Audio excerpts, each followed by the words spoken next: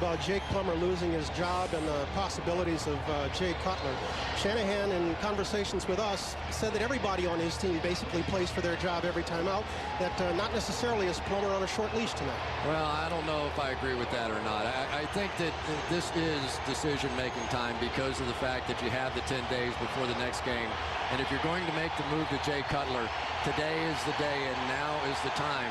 But how much pressure is that guy under? Jake Plummer, and to go out here and know that you're playing for your job, it's just a very, very unusual circumstance. But if you know Jake at all, he's not a guy that gets flustered by anything. He just is simply a laid-back guy. But so many people have been watching Jay Cutler in practice, and they go, the guy's just phenomenal. He has a freak arm. We've got to get him in the game. We're taking a look at Brian Clark as Denver will receive the kickoff. This has been a problem area for the Broncos. They are last in starting position in the National Football League. Clark will take it at his 4. And he is stacked up just short of the 24-yard line. Broncos will be in business. Let's take a look at the Denver offense. As we've noted, Jake Plummer is having a very difficult year. 10 touchdowns, 11 interceptions. Their passing game is 27th in the NFL. Behind him tonight, the Broncos will be starting undrafted rookie Mike Bell in place of Tatum Bell. Their big play man is Javon Walker, the guy who came over from Green Bay. Their offensive line is a veteran group, a versatile group, anchored by 13-year All-Pro Tom Naylor.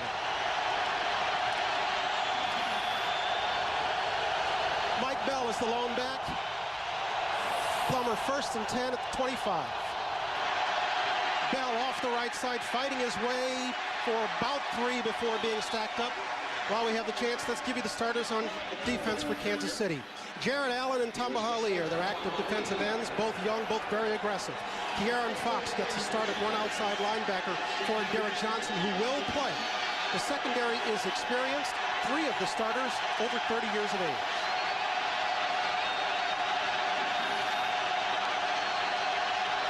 Second and 6, Kyle Johnson is the lead back in front of Bell.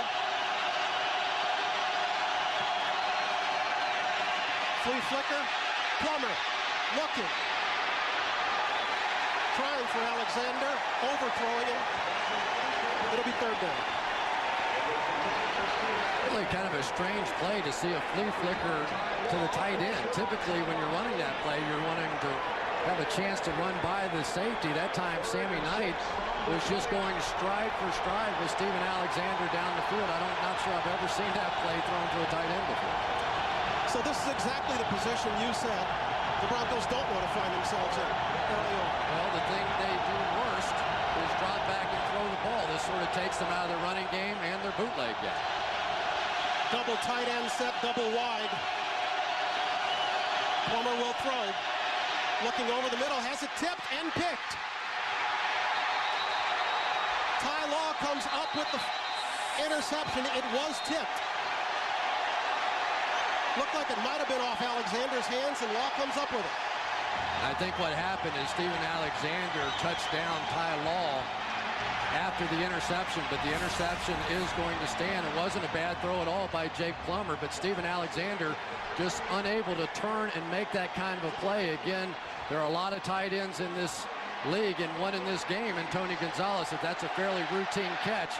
But Steven Alexander let it go off his hands, and Ty Law, one of the longtime veterans in this league and really good players, came up with it.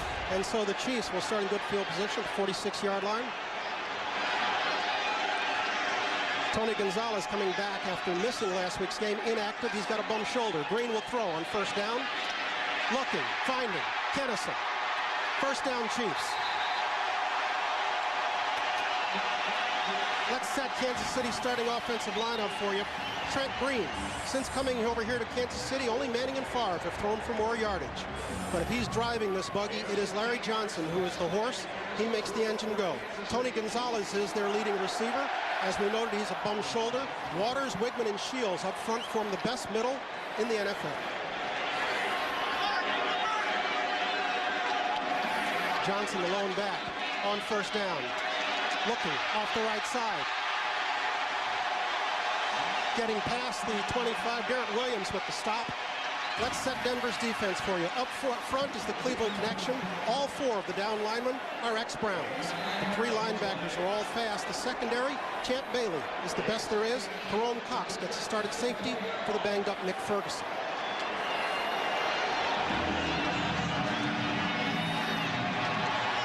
It'll be second and short for the Chiefs. Chris Wilson is the lead back before Johnson. Give to Johnson off the right side. Fighting his way. Looks like John Lynch may have been on the stop. Hard to tell. Perhaps. You're going to be seeing a lot of John Lynch at the line of scrimmage tonight. There's no mystery what the Kansas City Chiefs want to do, and that's pound the football. But for Mike Shanahan, this game has started exactly opposite of how he was hoping it would start.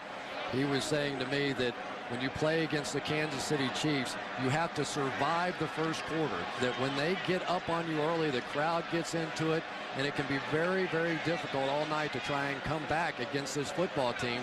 They came out aggressive with the flea flicker, throwing on 3rd down and 6, and now Kansas City has the ball in pretty good shape. Our first measurement of the evening.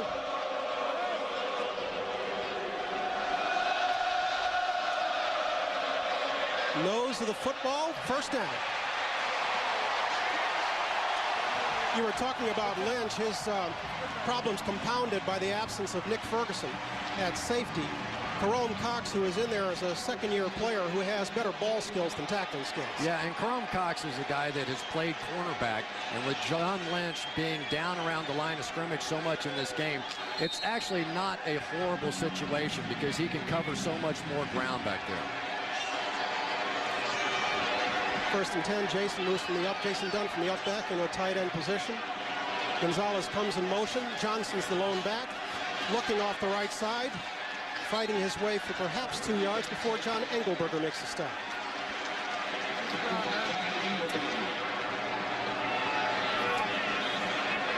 Larry Johnson last week was just continuing his roll of games, now 5 straight games of over 150 yards and averaging 2 touchdowns per game. And boy, when you can do that, when everybody on the other side of the ball knows exactly what the game plan is, it's all the more impressive. The Broncos have gone nickel. 2nd and 9. Green will throw. Looking left. Finding Dante Hall, slips one tackle before being pushed out of bounds at about the 9-yard line. Broke the tackle of Dominique Foxworth on the far sideline.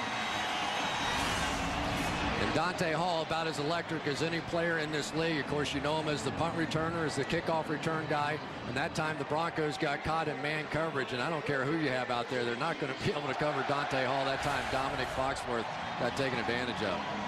The Chiefs will be 1st and goal from the 8.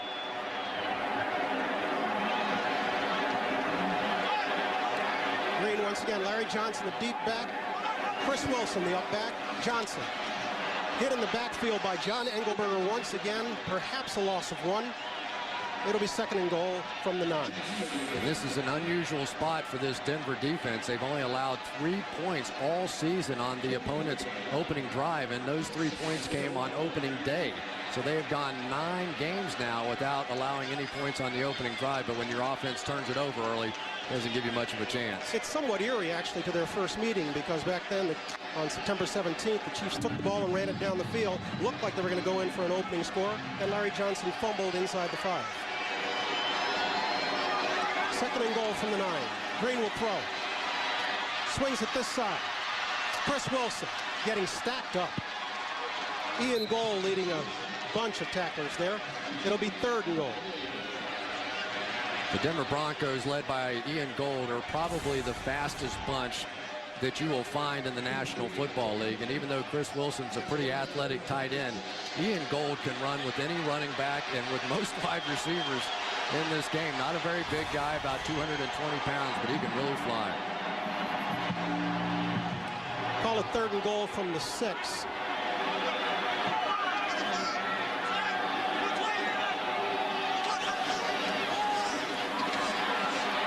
Green looking, trying for Kennison, broken up. They're calling it incomplete. That was Lynch defending. Looked like a pretty good pass that time by Trent Green. I thought Eddie Kinnison had a shot at the ball, but like John Lynch ended up with a better shot at it. So Lawrence Tynes will come on for a 24-yard field goal attempt. Been perfect at this distance on the year.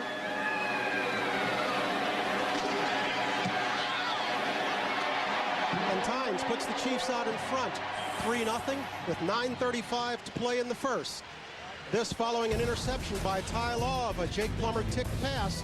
Chiefs on top, 3-0.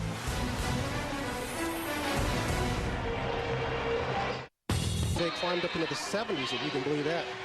Not sure if we got a temperature at game time, but it's pretty comfy. It is really nice. True holiday season here in Kansas City. Happy Thanksgiving, pal. Same to you. Tynes with his second kickoff of the night. Once again, this will be Brian Clark, 2 yards deep in his own end zone. Looking off the left side, but not finding much. On the stop, Jared Page. Lawrence Tynes has the Chiefs on top 3-0 after this missed pass by Eddie Kinnison. We're back in a moment. Quick programming note, NFL Films counts down and presents the best team to ever win a Super Bowl. Tomorrow, it's number 20 on the list, the 83 Raiders. Hear the story from some of the men who played the game. Marcus Allen, Howie Long, Todd Christensen, a part of that one. America's Game tomorrow night at 8:30 on NFL Network. 1st and 10 for the Broncos from the 23. Mike Bell is the lone back, and Plummer will throw. Finding Chad Mustard for a short gain close to the markers, just past the 30-yard line.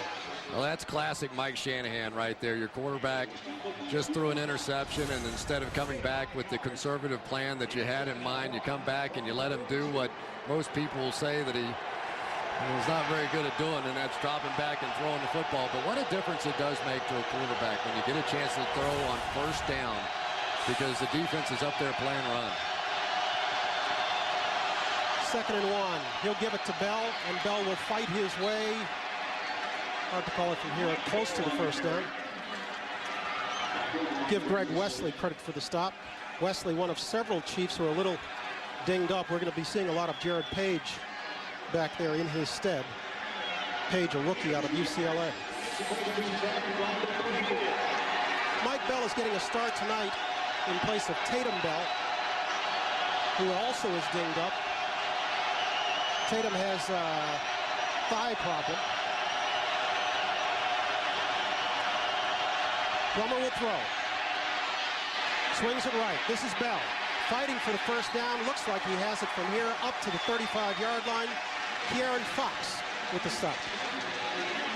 You know, for a guy like Jake Plummer, you almost have to feel a little bit sorry for the guy. I mean, all he's done so far is quarterback of the Denver Broncos. He's got the career best quarterback rating in Bronco history at about 85. He's won 74% of his games here, and yet the standard is so high, and it's so high in part because of the guy that came before him, and then by the number 7, John Elway. You know, and there's never going to be another John Elway playing for the Denver Broncos.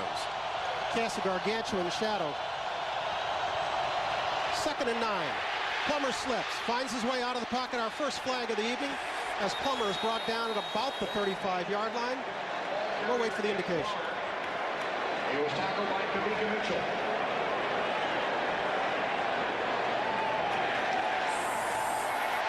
It's a hold on the Broncos. Holding. Offense number 50. 10-yard penalty. Repeat 2nd down. That penalty noteworthy because in their first encounter, the Broncos, throughout the overtime even, did not commit a single penalty in their first game with the Chiefs. The least penalized team in the league, and for Ben Hamilton, that time he was simply working against James Reed. Reed got the better of him, really had no choice but to reach out and tackle. So Plummer will be looking at 2nd and 19. And From his own 25-yard line, he's going 4 wide. And here's where it gets dangerous for Jake Plummer. You've already thrown 1 pick.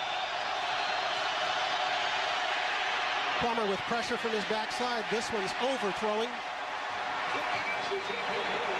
Jared Allen applying the pressure to Plummer. And Jared Allen is working against the rookie, Eric Pierce, on the outside, who replaced the longtime veteran, Matt Lepsis. And Pierce just simply going to be no match. Jared Allen was really pumped up to play this game. He says, you know, I feel like I'm King Kong out there, and especially when I get a chance to play against a rookie. He remembers when he had to go up against Willie Rope in practice, and he said, I'm going to school him the same way tonight. The Broncos again go 4 wide. Mike Bell is the lone back. Plummer with three-step drop, incomplete. Once again, this time for David Kirkus, they'll have to punt. The Denver Broncos right now are playing like they're scared to death. I mean, we're seeing drop passes. We're seeing missed opportunities. They look like the pressure of the game or the stadium. Remember, this is a team that hasn't lost 2 games in a row in 30 straight games. That's the longest losing streak or longest such streak in the National Football League after New England lost theirs. So you would think that eventually this quality football team will begin to wake up. Shanahan is saying your lips to God's ear. Paul Ernster will punt it from his own 15. Dante Hall is deep. He'll fair catch this one at his own 37. And when we come back, the Kansas City offense will be on the field, and we can expect a large dose of 27, Larry Johnson. Back at Kansas City's Arrowhead Stadium. Kansas City Chiefs 3, Denver Broncos nothing. Bryant Gumbel alongside Chris Collinsworth. And there's Jake trying to explain to Chad Mustard exactly what he had in mind there on that 3rd down toss. You know, I like the fact that Jake Plummer, despite the rumors that this is his last start, is over there still coaching them up. You know, I mean, when you're the quarterback, you're the leader. It doesn't matter what they're telling you about your job. You got to go there and get your guys right. This is Johnson looking, finding room off the left side, tripped up by Jerome Cox. What a great play by Jerome Cox on that one. That is vintage Larry Johnson, though. What you see is he'll start into the line of scrimmage and bounce it out. This is a guy that runs a sub-4 440. Now, that is faster than a lot of wide receivers, including this one when I played the game.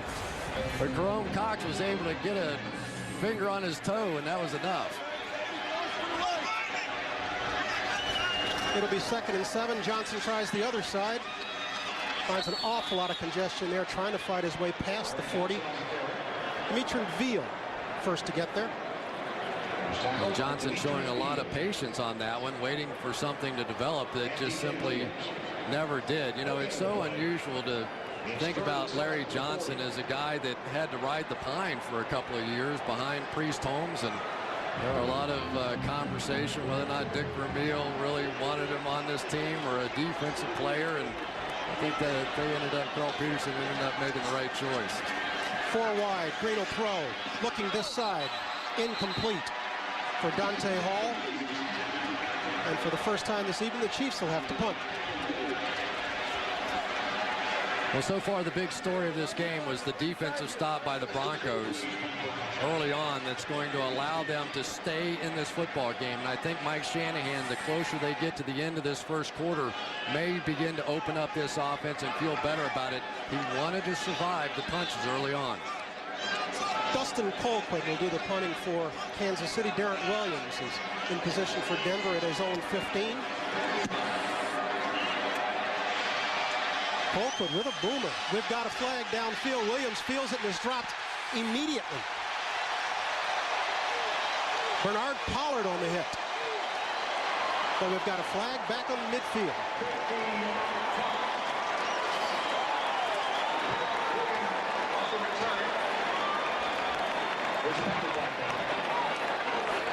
Bill Vinovich will sort it out. During the kick. Holding. Receiving team number 15. After this is the goal. Denver keeps the ball. First down. Timeout. Brandon Marshall is the one flagged with the holding. And so Jake and his offense will have to start from deep in their own end with 5.5 left to play in the first.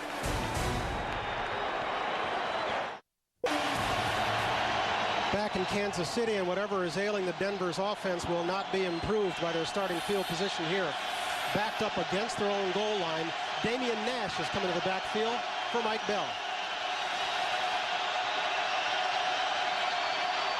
Nash will get it off the left side, trips over the 3, gets back to about the 5. It'll be 2nd and 9. And Damian Nash, a young man that has some talent to run the football. He really sort of fits the mold of some of the traditional Denver Broncos running backs. One of the problems he has, though, is that he gets a little too excited and he jumps out of the hole. And I think you saw it there as well. They want him to press the issue and then gently break it back the way that they've done in this offense. But sometimes he just breaks it off and goes where he doesn't have any blockers. Fake to Nash, Plummer rolling right, looking, finding Chad Mustard up to about the 19-yard line, first down Denver. And there's vintage Jake Plummer, and it was really a very strange-looking bootleg play because he really didn't have anybody out in front of Jake towards the sideline. The receivers were back over the middle of the ball, and you always hear, don't throw it back across the grain. But I think that right now, the Denver Broncos are in a position where they're having to be so creative with their bootlegs because everybody knows what you're doing with them out there. So we've seen Mike Shanahan over the past few weeks come up with some really creative bootlegs. That one a big one to Mustard, get him off the goal line. 1st and 10, we've got Derek Johnson, 56 in the ball game for the first time. He was inactive last week. Jake will roll this side now. Tucking it, working his way back across the 20, picking up maybe 3 yards before Jared Allen decides to put a stop to things. Came on the bootleg that time, and Kyle Johnson was the primary receiver coming out, but Patrick Surtain was all over him. And you know the Kansas City Chiefs have seen just about every kind of bootleg there. There's Jared Allen. He's looking for Jake and running around a little bit, and finally Jake ran right back to him. Jawan Walker working on the outside with his hand up, but Jake didn't see him. Last guy you want to leave alone in Denver's offense. It'll be 2nd and 6. Nash once again, this time getting the pitch, looking left, getting stacked up. Kieran Fox first to get there. You know, Kieran Fox has really made an impression on me over the past couple of weeks. He's gotten a chance to start for Derek Johnson, who's been out with an ankle injury. Derek Johnson, one of the true star young players in this game. But Kieran Fox said, hey, give me a shot out there. He's quick, he's fast, he's been reading run plays exceptionally well. Comes up with another big one there. 3rd and 8, we've got a timeout. Adam Meadows is down. We'll try to figure out as we take a break here. Kansas City leading 3-0 with just under 3 minutes to go in the first. Replaced at right tackle by the man who held the job early on this year, George Foster, their #1 pick 3 years ago, but who has been demoted in the last couple of weeks. So this is really sort of an even move, though. They don't drop off at all here with Foster in the game. Plummer will throw, 3rd and 8, looking, finding Walker. Up to about the 25-yard line. It'll be short of the first. Patrick Surtain with the stop, and Broncos once again will have to punt. And George Foster, not a lot of time to get himself set up and ready. Tambahali working against him on the outside and went low and put the pressure on Jake Plummer. And Tambahali, who's had some problems with his hip, but he is really a talented young player. I watched the tape of the first game before he was injured. Boy, he was flying all over the field. Hasn't been quite as productive the last few weeks because of the injury, but you could see the talent early on. Paul Ernster will punt it away to Dante Hall, who can return this one. Takes it to his 27. Little juke step, looking for room on the left side. Not going to find much, getting just across the 30, maybe to about the 32-yard line. That's where the Chiefs offense will be in business. Give Mike Leach credit for the stop. Larry Johnson coming in. The dominant back, I guess, along with LT. We'll talk about that as the evening goes on. He and LaDainian Tomlinson on the sideline. A man who once dominated just like that, Marshall Falk from Total Access. Marshall, you've watched a lot of Larry. What do you like? You know, what I like what they're doing with him tonight is they haven't fed him the ball in the first half like they're accustomed to. But what they have done is play action, trying to take advantage of the man-to-man coverage that the Broncos are playing. So when Larry gets the ball here, what they'll probably do here is try to feed him now that they've shown a lot of the passing game off the same runs. And as you see right here, he breaks one. They do just that as he breaks the tackle and gets it up near midfield. Definitely, definitely. What they want to do is, when the Broncos came out and had a lot of guys up to the line of scrimmage, what they want to come back and combat it with is now pass the ball, and now when they play their soft zone, then they have an opportunity to run Larry right in between the tackles. Is where he likes to go, and here breaking tackles on John Lynch. That's a tough one to do in this league, but he's their go-to guy. For a big guy, you got quick feet. And basically, they've been playing John Lynch back off the ball, which has to come as a surprise to Marshall.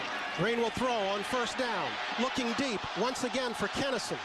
Incomplete. You know, Marshall, do you have some explanation for why they would be playing John Lynch, who is such a great tackling safety, back that far off the ball and taking Chrome Cox and playing him at the line of scrimmage? Well, I think the thing that they did was earlier in the game they came out and they moved him up and they played some man, so that gave Kansas City Chiefs receivers some one-on-one opportunities, and they threw the ball in the first 2 drives.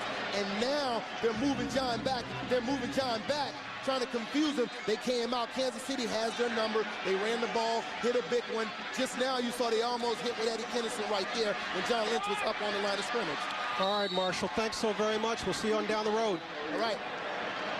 And Johnson inside for basically no gain there. Give Al Wilson credit for that stop. And really what's happening now is that Chrome Cox is being brought up and they're playing some man coverage. That time the Kansas City Chiefs went to a spread formation, and Cox is definitely the better of the cover safeties back there, a former cornerback. And so they're leaving John Lynch in the middle of the field and playing man-to-man on the outside, and Cox is one of those guys playing in man coverage. Michael Bennett spelling Larry Johnson now 3rd and 10. Bennett's the lone back. Hall goes in motion to the top of the screen. Green will throw for it, swings at this side. This is Bennett fighting towards the first down marker, but he's going to come up at least 2 yards short. Ian Gold with the stop, leaving Herm Edwards with his first decision of the evening. No decision.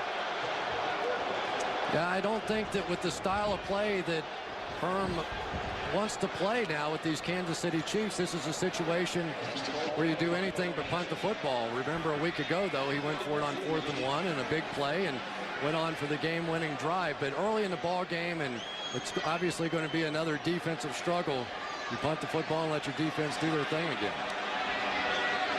Colquitt will boot it for about his own 45. Derek Williams once again the lone return man.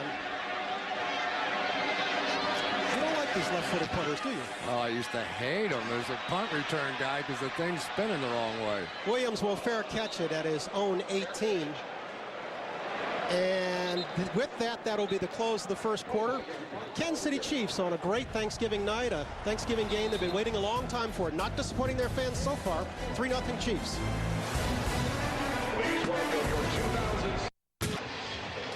Back in Kansas City, Bryant Gumbel, Chris Collinsworth.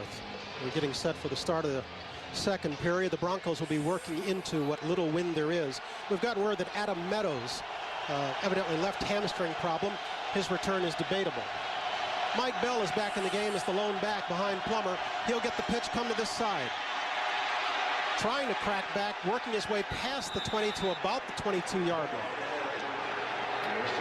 It looks like James Reed is limping off the field, and Kavika Mitchell slow to get up. So 2 players on the same play struggling to get back to the huddle.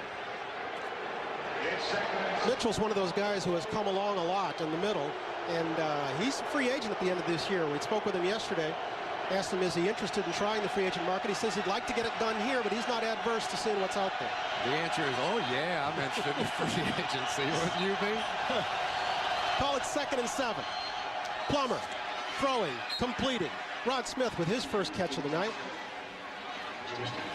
You're out there making throws against Ty Law, and I can tell you this about Ty Law is you had better be careful because he will cheat occasionally.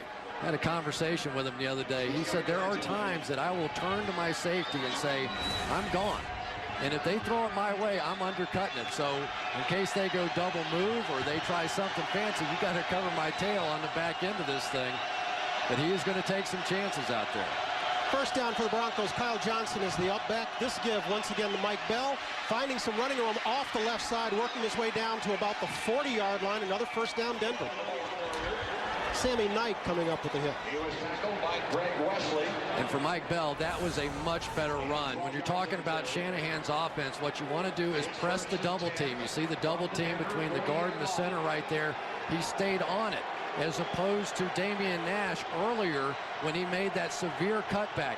You have to press the double team, stay with it, and this offense will work. And once the running game starts, then the bootleg and the play action starts to work as well. Ryan Sims in a tackle for James Reed, who has come to the sideline, will get a report. We'll pass it along. Plummer looking to roll left. Pressure from Allen. Swings it outside. This is Kyle Johnson to about the 45-yard line before getting stacked up on the far sideline. Kavika Mitchell.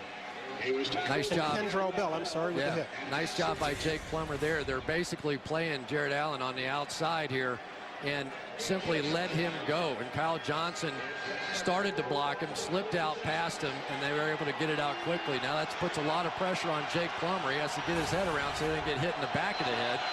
But Jake knows how to play that bootleg about as well as anybody. And that young man, Jay Cutler, is going to have to figure it out. Call it 2nd and 4. This is Bell. Stutter stepping, not getting much, maybe a yard before Jared Allen brings him down.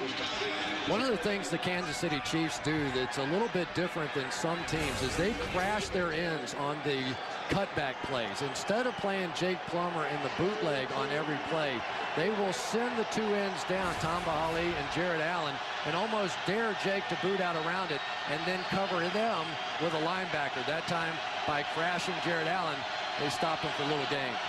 3rd and 3. Neither the Chiefs or Broncos have converted a 3rd down tonight. Give inside, going nowhere. Mike Bell stacked up by Kendrell Bell.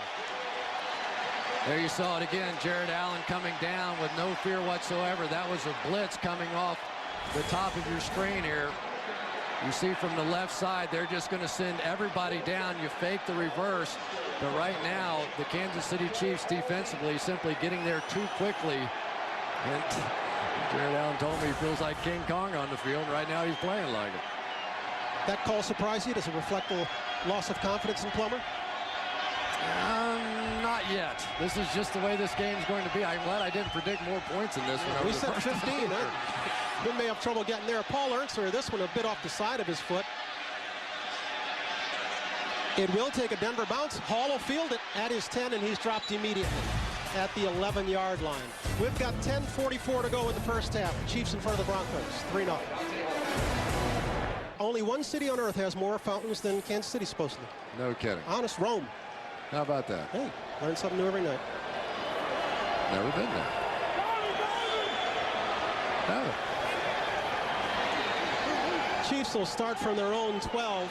1st and 10. Larry Johnson, the lone back, looking off the left side, waiting for a block before Ian Gold in on the stop after about 2 yards. Let's listen in. Al Wilson, he's wired tonight. You know I'm gonna be here. You know I'm gonna be here 6'2".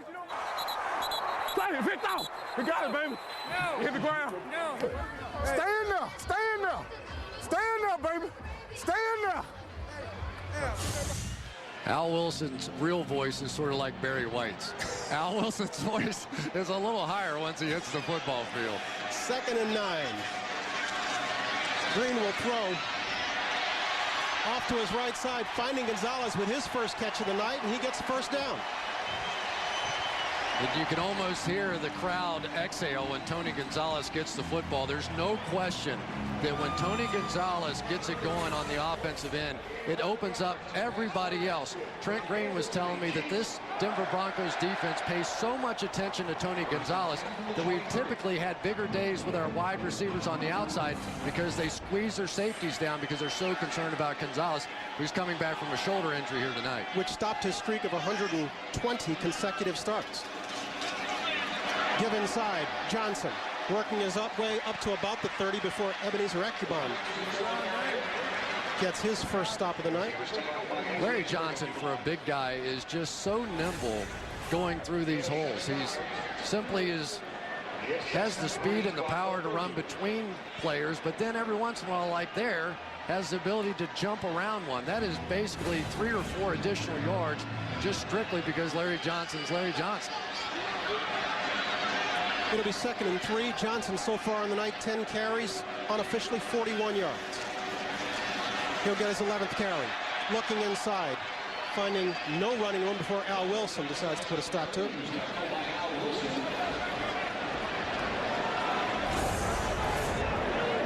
Tony Tony Gonzalez this time coming back on a trap play. He's going to lead Larry Johnson, and Larry Johnson was trying to wait for Gonzalez, but I think that you saw there that Gonzalez's shoulder is just not right. Typically, that's a block that he would explode in, and that time he just didn't look like he was quite confident in that shoulder to try and throw that block. 1st and 10, Michael Bennett gives Johnson the blow. And it's Bennett. Finding room off the right side. 1st down, Chiefs, almost to midfield, call it the 47. John Lynch with the stop.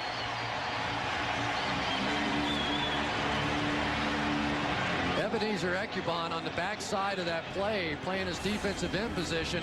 Basically, at the end of it, number 91 is saying, where are you guys? There is supposed to be somebody covering that gap right there behind us, and one of the safeties or corners, somebody failed to fill that gap.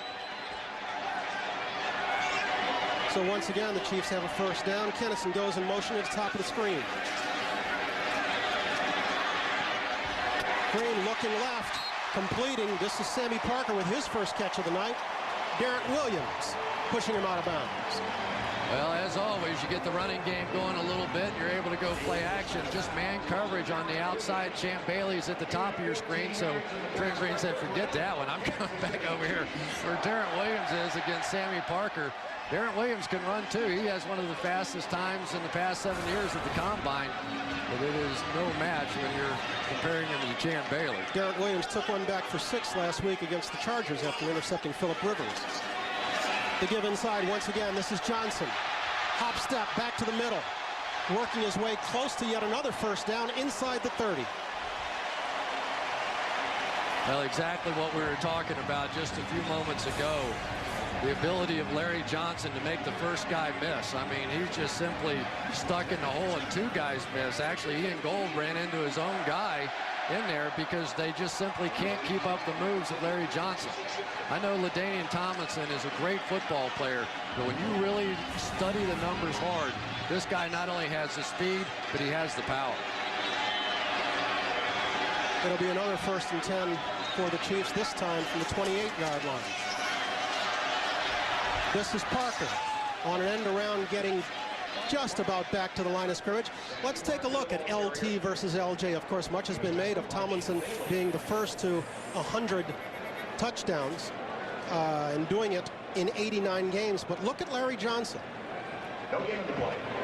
You know, 1.15 to 1.12, and that's if you take the games. But if you take that as starts, then Larry Johnson's numbers are much higher, averaging 1.68 touchdowns per game. He's only started 22 games, and so when you put the numbers together, you understand what a star back this young man is. 2nd and 10. Green will roll right, escaping the pressure. Using better judgment, he goes out of bounds at about the 20-yard line.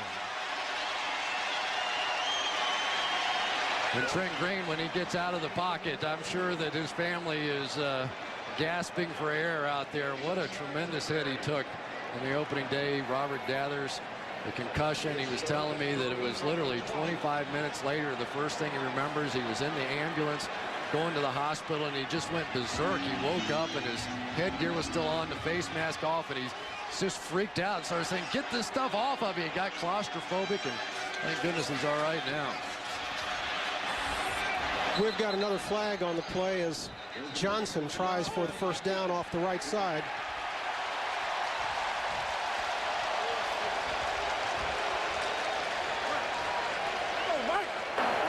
Offsides. Defense number 96. Lined up in the neutral zone. 5-yard penalty. Results in a 1st down. We're looking at Trent Green. For those who haven't seen the hit, this occurred in week 1. As you noted, Robert Gathers coming up. What did you think of the hit? A lot of controversy. I thought Robert at least tried to get his helmet out of the way. This is a call that more often than not, I think, is made against quarterbacks, but it's a little different situation when they're scrambling and running out of the pocket as opposed to being in the pocket. But for Trent Green, he feels good. The doctors tell him he's at no more danger now than he was before that game. 1st and 10 from the 15. This is Johnson inside, getting to about the 10.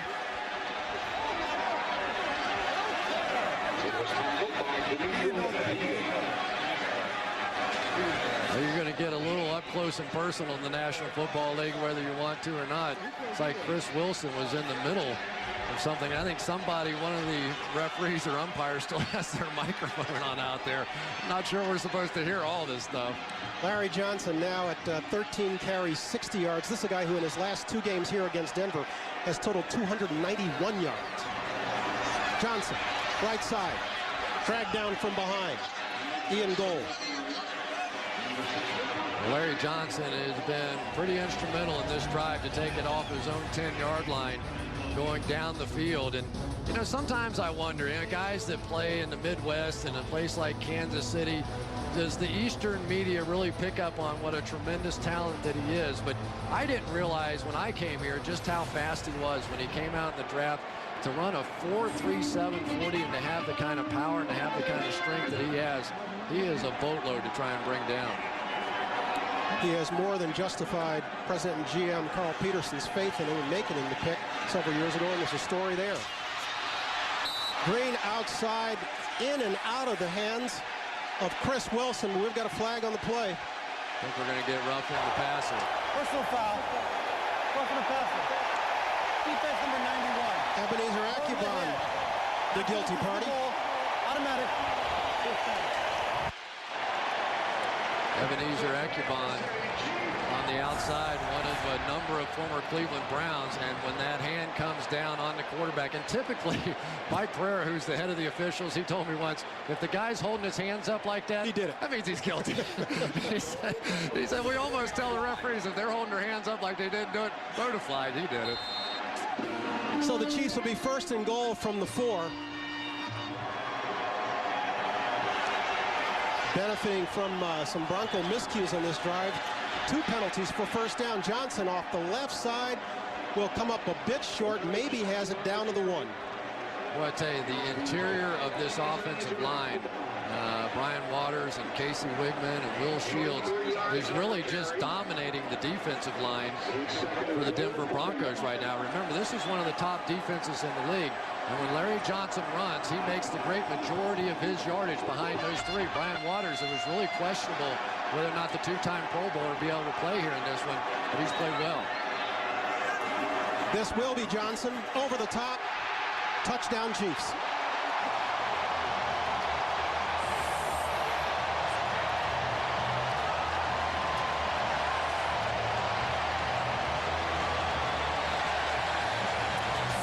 Johnson, that continues a rather remarkable streak. He has now the last 29 rushing touchdowns that the Chiefs have scored. Why would you give it to anybody else? I wouldn't either.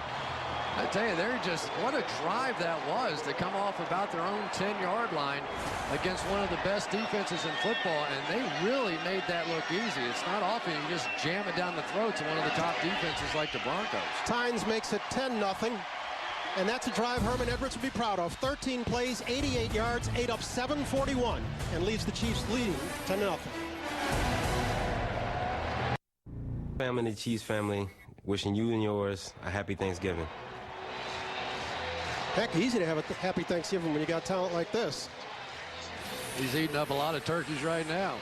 This is the number we were talking about, 29 consecutive rushing touchdowns for one team. Leaving Curtis Martin behind. Sean Alexander has a nice streak going to 23, but that one's over. Lawrence Tynes will kick it away. Brian Clark will field this on one hop at his own 2. Clark this side finding room. Tynes forces him back. We've got a flag as Tynes is brought down at about the 47-yard line. Give him a return of 45. Jimmy Wilkerson on the hit. And we've got a flag down on the field, and the woes continue for the Denver Broncos kickoff and kickoff return units. They've been pathetic this season. During the return, illegal block in the back. Receiving team number 15. 10-yard penalty. Denver keeps the ball. Killing themselves with penalties. Timeout. We're inside 3 minutes in the first half. The Kansas City Chiefs having things much their own way, out in front 10-0 over their division rivals. We're back after this.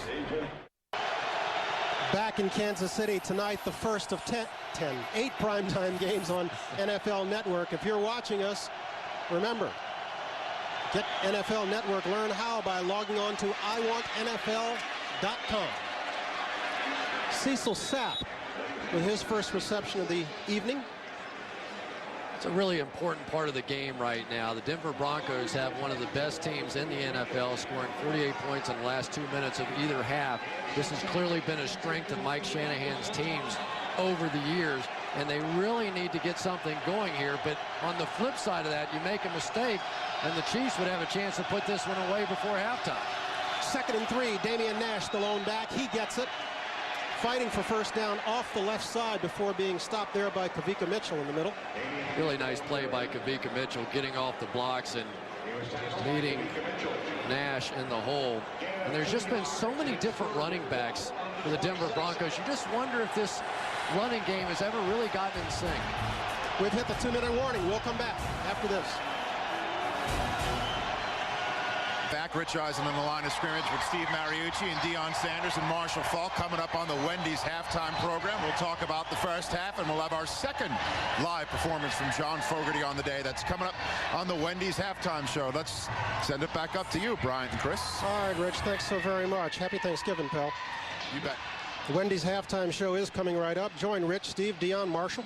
They'll have highlights, analysis, as well as news from around the NFL.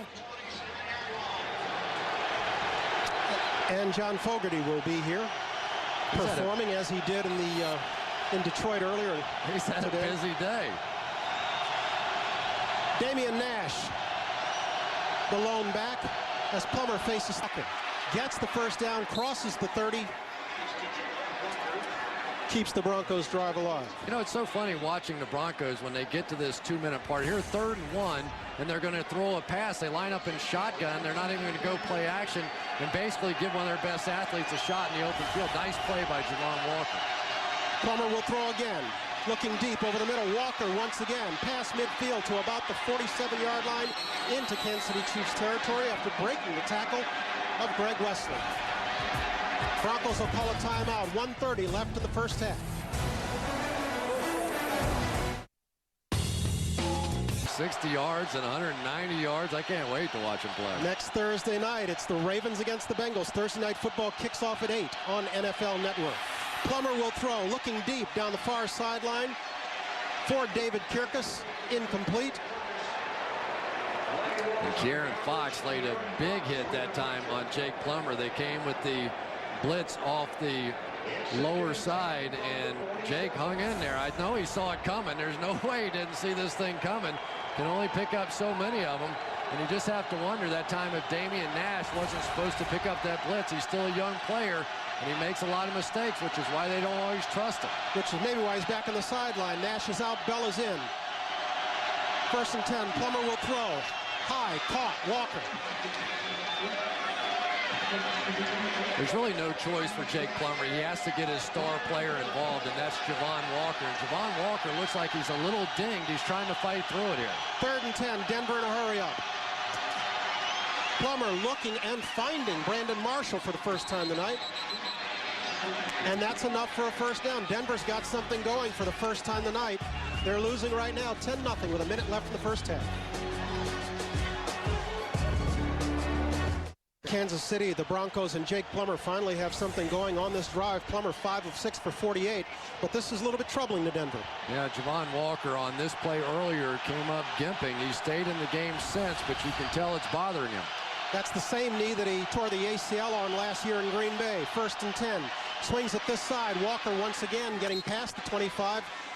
Out at about the 23, stopping the clock with just under a minute to go in the half. Perfect call by Mike Shanahan right here. The Kansas City Chiefs are going to come on a blitz, and what that does is it eliminates any inside pursuit. So you basically have Javon Walker wide open on the outside, going down close for a first down.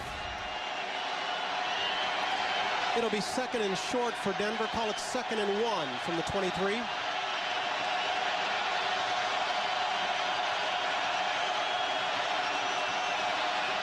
Plummer stepping up, finding. This is Rod Smith with his 2nd catch of the night, brought down at about the 14-yard line. Ty Law with the stop. They stay in the hurry up now. Jake signaling that he wants to spike the football. We'll see. And he does.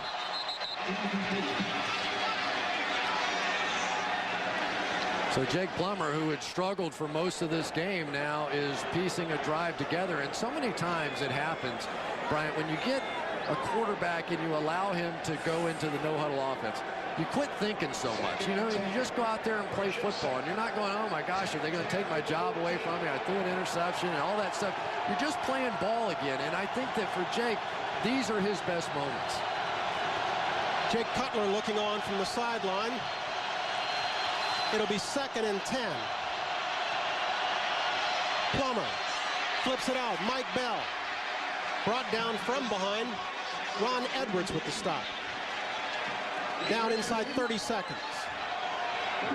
And you have 3rd down, so you need to take a shot here.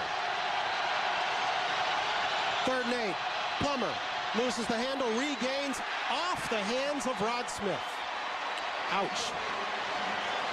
Had a chance, had David Kirkus in front of him, and Rod Smith knew he needed to pick up about 7 and just simply took his eye off the football.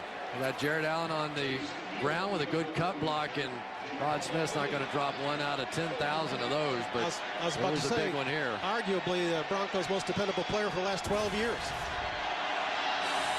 So Jason Elam comes on with a 31-yard field goal attempt. Splits the uprights, gets the Broncos on the board for the first time tonight.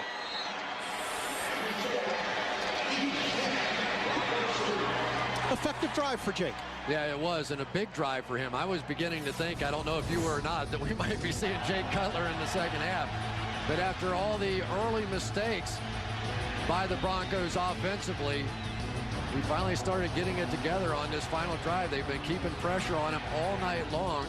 And this offensive line is so used to being able to run the football. I mean, it's just been the history of Mike Shanahan, and it just makes an incredible difference when you can't run the ball and go play action and go bootleg. Remember, this is one of the smaller offensive lines in all the National Football League. They're not built to drop back and throw the thing, you know, 10, 15 times every half. They need to get the running game going, but I just haven't seen it all season. Statistically, they're like the 3rd or 4th best rushing team in the league. Yes. But it's never really looked like a Mike Shanahan coached running game this year. And, you know, and it shows up in the passing game. And I think it's a big, big reason why Jake Plummer has struggled as well.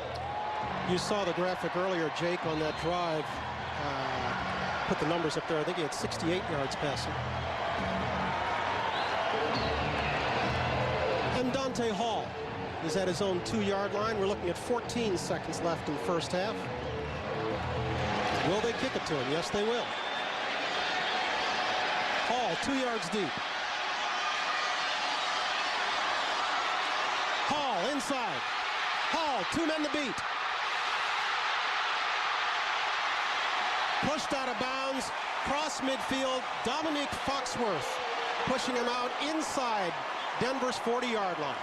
Mike Shanahan's made a lot of great coaching decisions over the year, but there is no reason, and you called it beforehand, there is no reason to kick that to one of the most prolific return men in the game with 10 seconds to go in the half. That is a major mistake.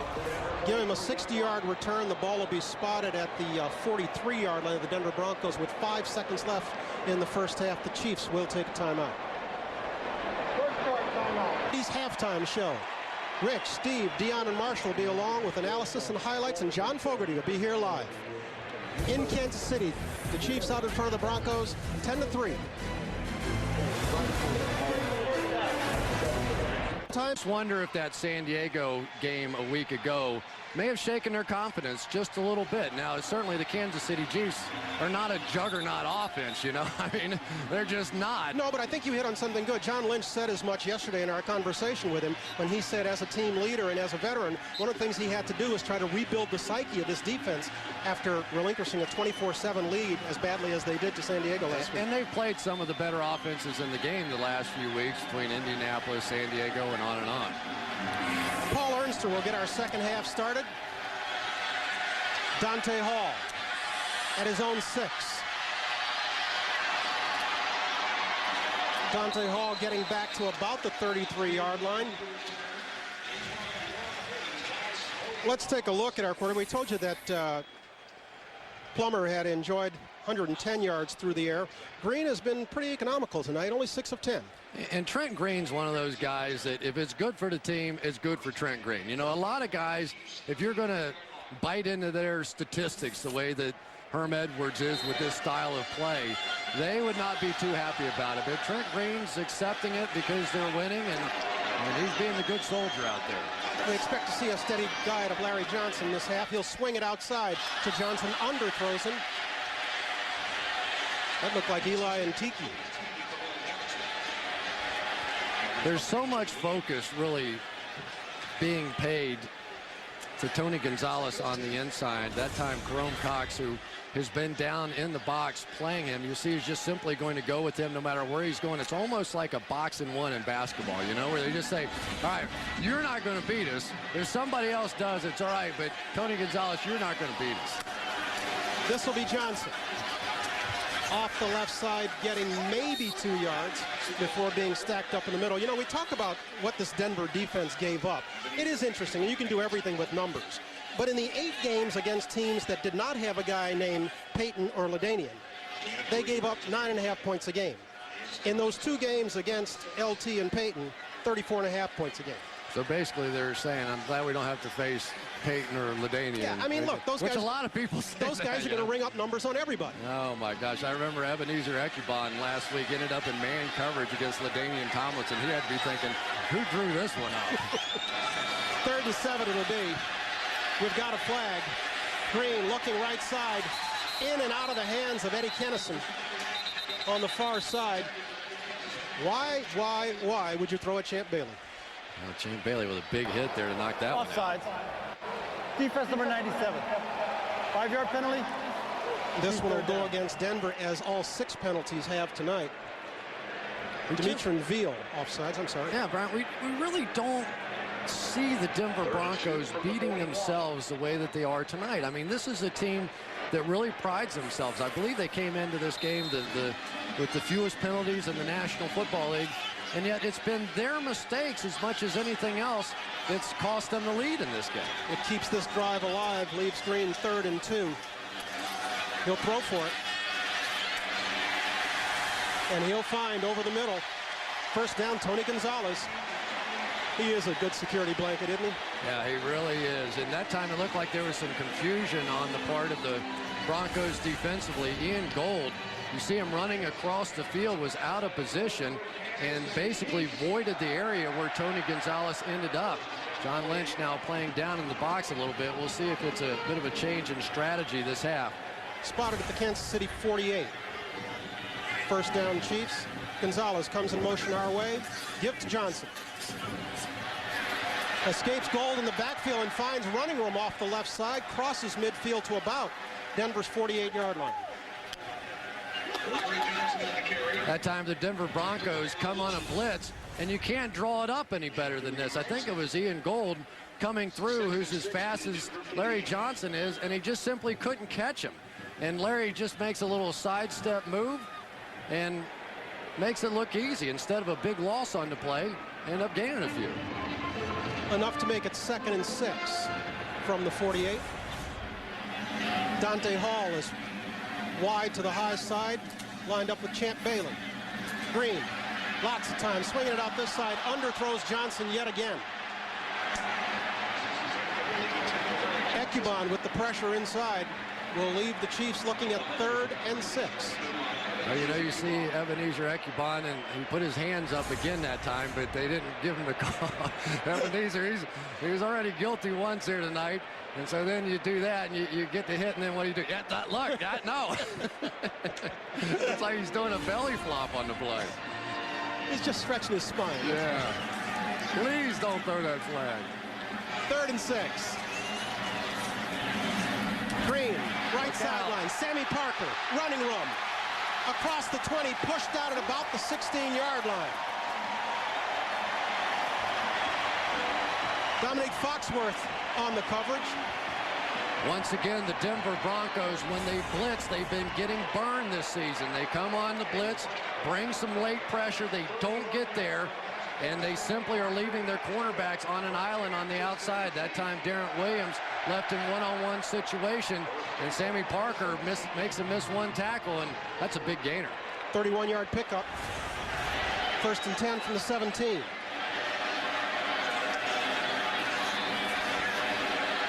Green throwing, incomplete. Intended for the hands of Jason Dunn.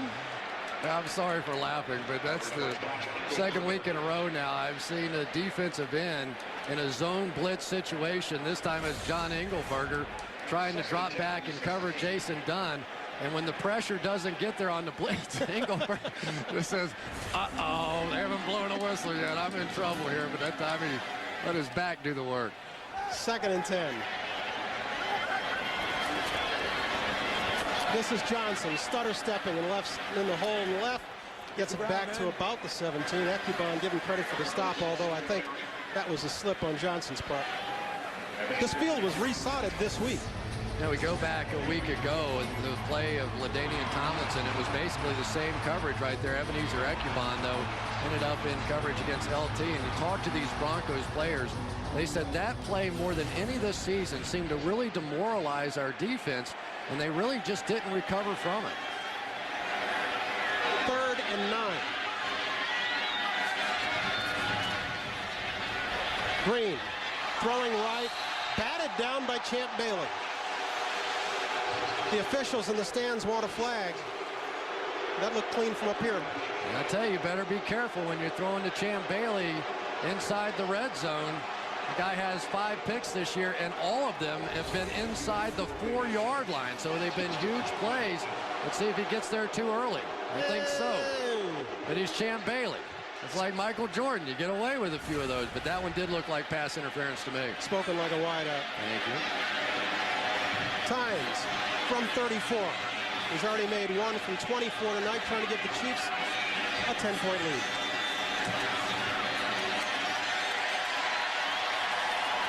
It's good.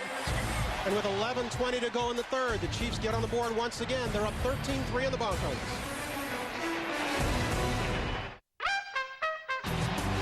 Back in Kansas City, 11:20 left in the third period. Bryant Gumbel and Chris Collinsworth. That last scoring drive, 10 plays, 51 yards. Look at our fancy cable cam out there. You like that? Yeah, when it takes off down the field, kind of looks like a thoroughbred in action. Tynes. Once again, Brian Clark. And once again, the Broncos just can do nothing on a kickoff return unit. Starting position will be the 22-yard line. They trail by 10 in Kansas City. Yards on the return. This time it's the up man, Cecil Sapp. Getting it back to about the 36-yard line. So the Broncos pick up about 13 yards on the exchange kick. But that's a significant 13 yards because you're play calling when you're on the 35-yard line as opposed to about the 21-yard line, which is where they average starting drives with their kickoff return unit, which is last in the National Football League. It just opens up the playbook a little bit, which would probably be a good idea right about now for Mike Shanahan and the Broncos. The crowd seems to understand the importance of this drive. Somebody jumped early. Plummer dragged down the backfield. That's Tamba Ali. And it looked like I thought somebody jumped. Jared Allen jumped off sides on the play, but now they're going to the offense. Evidently we're the only ones who saw it. 2nd and 13, we'll call it. Plummer swinging it out. Bell stopped in his tracks by Surtain. You know, one of the problems when you come out off the sideline and you say, all right, we're going to go to the hurry-up offense, you don't expect the first play to be for a loss, and then all of a sudden you're hustling around out there and you look a little silly. Now you're stuck in 3rd and 11, and this crowd is going to make it even more difficult on these tackles to try and hear the snap count.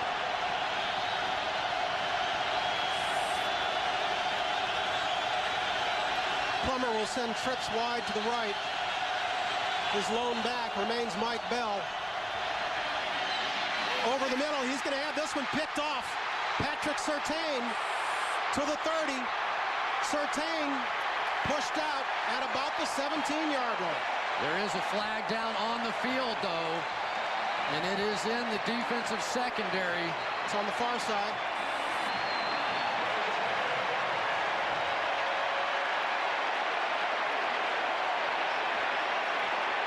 I think Mike seems to have a good understanding of what's about to unfold. And it's going to be an automatic first down. Before the pass was thrown, illegal contact, defense, right cornerback. That illegal contact was away from the play on the far side.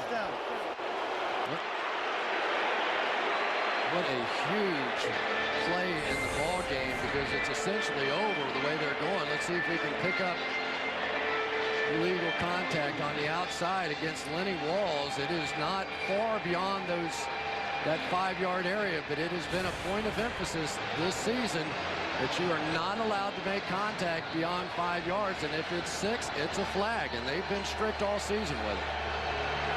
What a huge break for Jake Plummer in this Broncos offense. They need to capitalize on it now. Walls, a former Bronco himself. First down, Denver. Now at the 40, Damian Nash is in the backfield. Plummer, lobby, caught. Kirkus. Down to about the 25-yard line. And they're going to work on Lenny Walls right now. They know plenty about him. Obviously, he was with the Denver Broncos for a while, and if there has been a weak link in this secondary, it has clearly been Lenny Walls. They go to the pump fake, the double move, and they are going to stay right there. That's the reason they're in this spread formation right now. They're trying to isolate Walls. 36-yard gain. The Broncos back in a hurry up. First and 10 from the 25. Plummer sidestepping the traffic, looking downfield as he rolls right. He'll hang on, gets it inside the 20-yard line before stepping out of bounds. You can say anything you want about Jake Plummer, but he's one of the best at doing this. That is a sack on 95% of the quarterbacks in the National Football League. They really did not have this protected well at all. Jared Allen coming around. Tamba Ali in there with pressure. Jake escapes and not only doesn't take the sack, but almost picks up a first down. Great play right there by Jake Plummer. 2nd and 4 for the Broncos. A drive that began in better starting position thanks to an offside on the first kickoff. This is Plummer swinging it out wide, intended for Alexander, but at his feet. And the Denver Broncos just simply do not have the receiving tight ends that they have had in the past here. And I can't tell you the significance of that for a Mike Shanahan coached offense. I mean, between the bootlegs and the easy passes, they went the first 8 games of the year and had something like 11 total catches out of the tight end position. They thought they were going to have a player in Tony Scheffler. They gave him every opportunity. They think he's going to be the receiving tight end in the future, but he never grasped the passing game, and it's really, really hurt the Broncos this year. Well, the Broncos will get a timeout and facing 3rd and 4. Plummer and Shanahan will talk about it. 8:56 to go in the 3rd.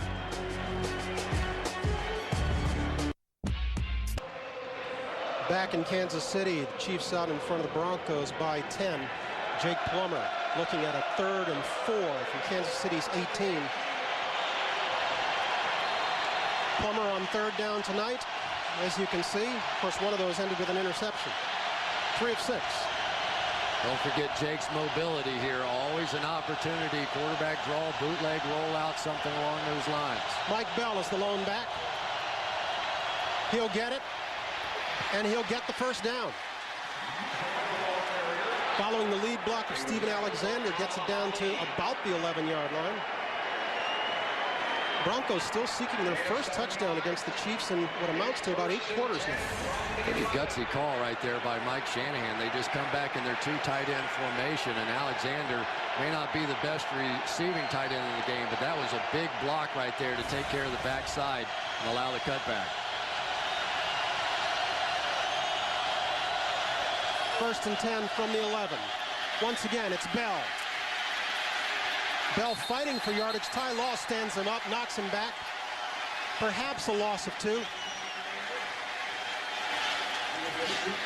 Karen Fox that time, who's been filling in for the injured Derek Johnson, did a great job of maintaining some inside leverage, tried to bounce this thing to the outside, and he took away the inside gap, which then forced him to bounce outside and allowed Ty Law and company to get there.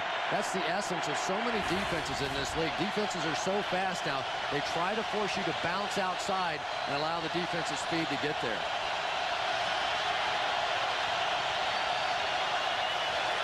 It'll be 2nd and 9. Swings it wide. This time Alexander gets almost to the 5-yard line. Greg Wesley pushing him out. Jared Allen has been a thorn in the side of Jake Plummer all night. So basically now, instead of just letting him go one-on-one, they're giving a little help on the outside. Ben Hamilton sneaking that way as they slide their protection left towards Allen. They've spotted it just inside the 5-yard line. The Broncos go 4 wide. Plummer, quick out, Rod Smith.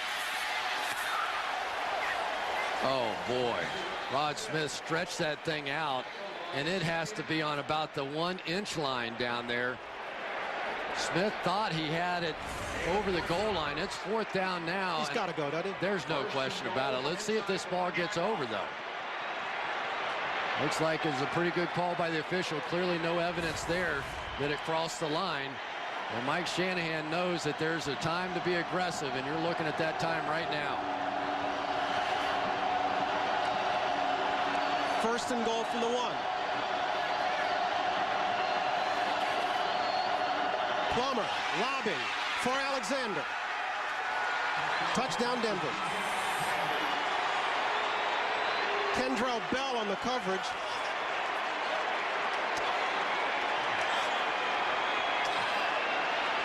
And the Denver, good call, good toss. Absolutely. The Denver Broncos saw the mismatch there. They took advantage of Kendrell Bell on the outside, and Steven Alexander in the jump ball. He's not used to being flanked out that wide, but was able to jump up and make the play. Believe me, Kendrell Bell's not used to being out there either. Jason Elam makes it a 13-10 game with just 6:20 to go in the 3rd period. We've got ourselves a ball game in the AFC West. It's the Chiefs on top, 13-10. Or perhaps in one of our local home team markets and want to get NFL Network all your own. Learn as well as all the other games on the weekends and on Monday nights. It's more football for more football fans. You got to be living on plays. I love it, though. I'm excited to be back at the ballpark. A lot of fun. That last scoring drive for Denver, 10 plays, 64 yards, almost 5 minutes in the 3rd period, culminating in Alexander's 1-yard TD reception. Of course, it was a drive kept alive by that illegal contact penalty on Walls. Surtain's interception called back, the penalty. It just, you could tell that that was a real momentum shifter there. It was 3rd and about 13, the intercepted ball, and called back by the penalty. Drive kept alive, and the Broncos took advantage. Speaking of momentum shifts, a guy who can do it in a hurry is poised at his own goal line. They're trying to kick it away from him. Oh. They will kick it out of bounds. The Chiefs will be in business at their own 40. Hey. Their special teams work is just not very good. That's the truth. And Denver's on the short end of a 13-10 score at Arrowhead Stadium in Kansas City. We're back after this. No, I understand, sir. The problem is I don't have access to your records. Boy, okay. That's a really great question. I don't have the answer with me. No, you need to do that in person. It's on a different system. You sure you're a customer? It's not the 6,500. Following a Broncos kickoff that sailed out of bounds, the Chiefs will have 1st and 10 from their own 40. We would expect a steady diet of number 27 from here. Johnson on the night, 19 carries, 73 yards. This will be his 20th carry of the night. Off the left side, Al Wilson following him over there. I always feel sorry for the offensive linemen that have to try and pull in front of a guy that runs as fast as Larry Johnson does. Casey Wigman, that time the center, was out in front, and it's remarkable how quickly he can get out there, but you can just see him huffing and puffing, and Larry Johnson sort of in a half jog coming around the corner. His offensive lineman really no match.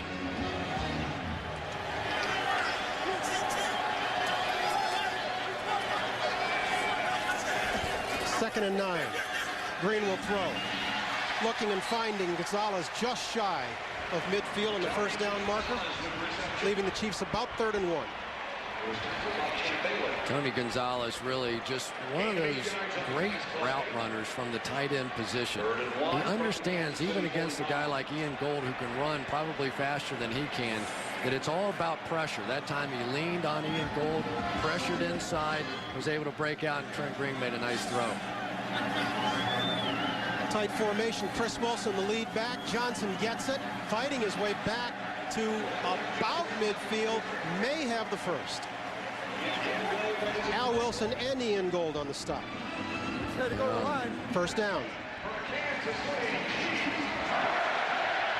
Al Wilson saw it coming. There was nothing fancy about that. Double team inside. Chris Wilson with a block, and really because of the pressure inside, they were able to get the penetration. Gave Al Wilson just enough time to catch it from the backside. There's John Lynch coming down in the box. Johnson looking for something inside, following the block of Will Shields and picking up maybe 4 yards. We told you we had Al Wilson wired. His reaction to Denver's touchdown. Hey, this our half, baby. This our half. There you go, Snake. Be the damn Snake. Yeah! Yeah!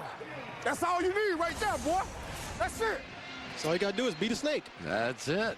You know, and that's sometimes what it takes to get the defense going, is the offense finally get it going a little bit.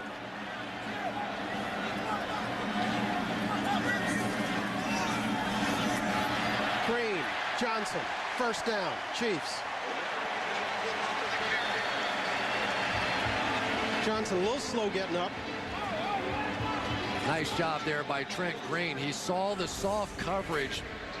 You see all the guys that cover 2 look in the secondary playing very soft on a 2nd and 5, 2nd and 6 kind of a situation. Really too soft when you're playing against the Kansas City Chiefs. That is a run down for them, and the Chiefs took advantage. Johnson came to the sidelines a little wobbly. Michael Bennett has replaced him in the backfield. First and 10, just inside the 40. This is Bennett. Tippy-toeing. We've got a flag on that side. Preliminary indication is holding on the Chiefs.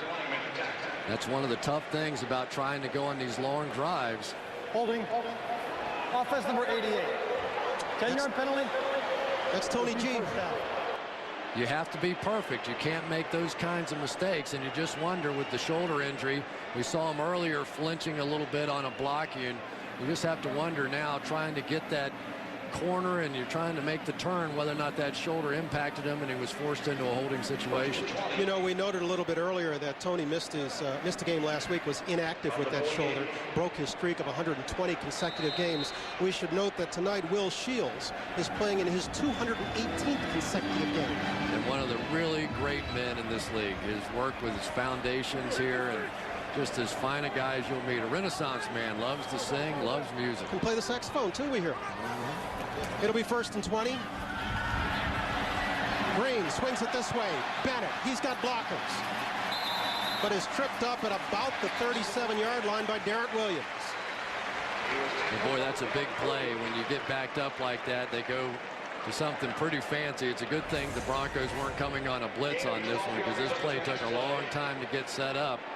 Bennett sold it well inside, able to get the edge. There really was nobody out here to try and stop that one. Larry Johnson is checked back into the ball game. He's the lone back behind Green. 2nd and 8 from the 36. He'll get it. Following Shields. Off the right side. Johnson to the 15. First down, Chiefs. Breaking the tackle of Champ Bailey. One of the negative aspects of bringing Jerome Cox down in the box instead of John Lynch is you don't have a guy with this type He's going to come back. Jerome Cox coming off the edge. John Lynch makes that tackle more often than not. He understands essentially linebacker play in that situation, but Jerome Cox is a guy that's a former cornerback, not used to playing down there. Johnson now over the 100-yard mark with 24 carries for 108 and a touchdown. He'll get it again, picking his way for maybe 2 before being stacked up on the right side. Now as you get down closer to the goal line, it's Lynch who's playing down in the box and Cox who's playing back in pass coverage. This is really, it's been surprising to me. All night long I thought that anybody could figure out this strategy. You know, you're playing against the Kansas City Chiefs, you're playing against Larry Johnson, and that means that John Lynch is coming down the box and it's going to be like a 4th linebacker in there. But for the most part this evening, he's been back in either a cover 2 or a single deep safety, and he's there again now. Johnson is out, Bennett is in as we hit the 1-minute mark in the 3rd period. Green fakes this way, wants no part of it, get down at the 16. Give Ekubon credit for the sack. Ekubon got the sack, but it was Darrent Williams who really made the play. They tried to go to the quick screen on the outside, and Darrent Williams took his guy and drove him back in the backfield. Trent Green took one look and said, I don't think so, pulled it down. It'll leave the Chiefs facing 3rd and 11 from the 16. Michael Bennett is in. He goes 3 wide to the left. Dante Hall in motion to the top of the screen. Green breaking 1 tackle, getting back to about the 12-yard line, slipped out of the grasp of a would-be tackler in his own backfield. Got a little bit of it back. It'll leave Tynes looking at certainly a makeable field goal as we reach the end of the 3rd period. Here at Arrowhead, the Kansas City Chiefs out in front of the Denver Broncos. 13-10 with a period to play. We're back after this. His 3rd field goal of the night as we start the 4th quarter. This one from 29 yards. He's already made good tonight on his first 2. One from 24, one from 34.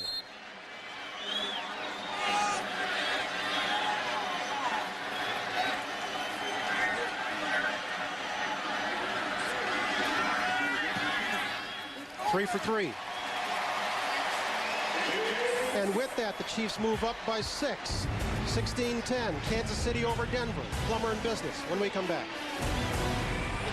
It is crazy on Sunday. You're sitting there, and if you get a chance to see all the games, absolutely amazing how many come right down to the wire, and you can barely keep up with all the action. It is remarkable, isn't it? It really is. I mean, you see teams burst out, and at the end, they're just hanging on. Well, give Lamar Hunt a lot of credit. Some of his innovations in this game have made it what it is today, and Lamar, we're hoping you're enjoying this one. Again, we send our best wishes along to Lamar as Tynes boots this one down to Brian Clark, who'll take it at his own 3. And Clark tripped up as he goes across the 25 down to about the 28-yard line. Let's take a look at the AFC playoff picture, because this game has a lot of implications for an awful lot of teams involved. And I think there are a lot of teams out there who are cheering for the Denver Broncos in this one, because basically Kansas City has the final playoff spot as it sits right now, along with the Jacksonville Jaguars. So if Kansas City loses, they take a step back towards Jacksonville and Cincinnati and the New York Jets. They just as soon the Denver Broncos run off and hide and take their chances to catch the Chiefs. Plummer faking, throwing, left side. Mike Bell had it, lost it. It'll be 2nd down. And Mike Bell's a nice player, and he's proven himself this year, but just don't have the explosiveness of a Tatum Bell. You know, Tatum Bell is a guy, and we've seen it, especially in the early days of his career, where he could catch something like that, make somebody miss, and break one off for 60, 70 yards, whatever. But even Tatum Bell hasn't been that guy this year. In my opinion, he's a much better player when he's touching the ball about 15 times a game. When he's asked to carry the whole load, he's just not quite the same guy.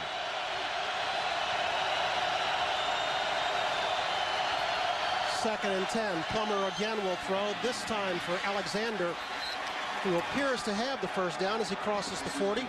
Ty Law on the coverage.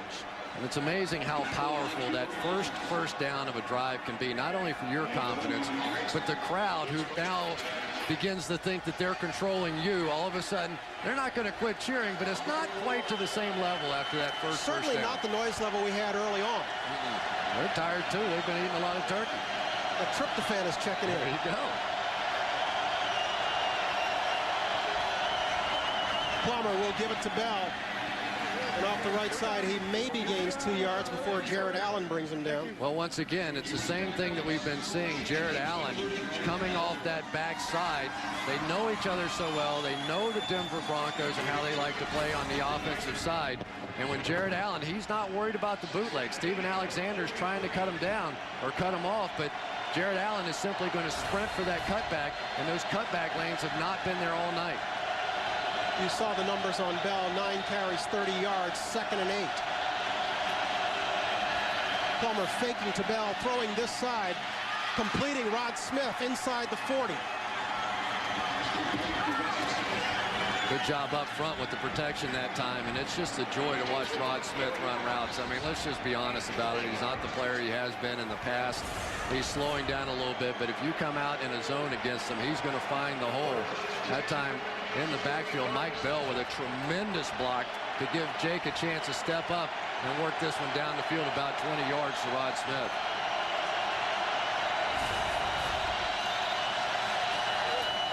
Plummer will give it to Bell on first down, knocked back into his own backfield. Perhaps a loss of 1. You know, we see so many, present company accepted, but we see so many divas at the wide receiver position. It should be noted that Smith has gone 9 straight seasons with 70 catches. And frankly, it doesn't look like he's going to get there this year. He's only got 34. I asked him about it. He said it didn't bother him. And for a guy that went undrafted in the National Football League, to put up the astronomical numbers that he's done and do it in such a classy manner, easy guy to cheer for.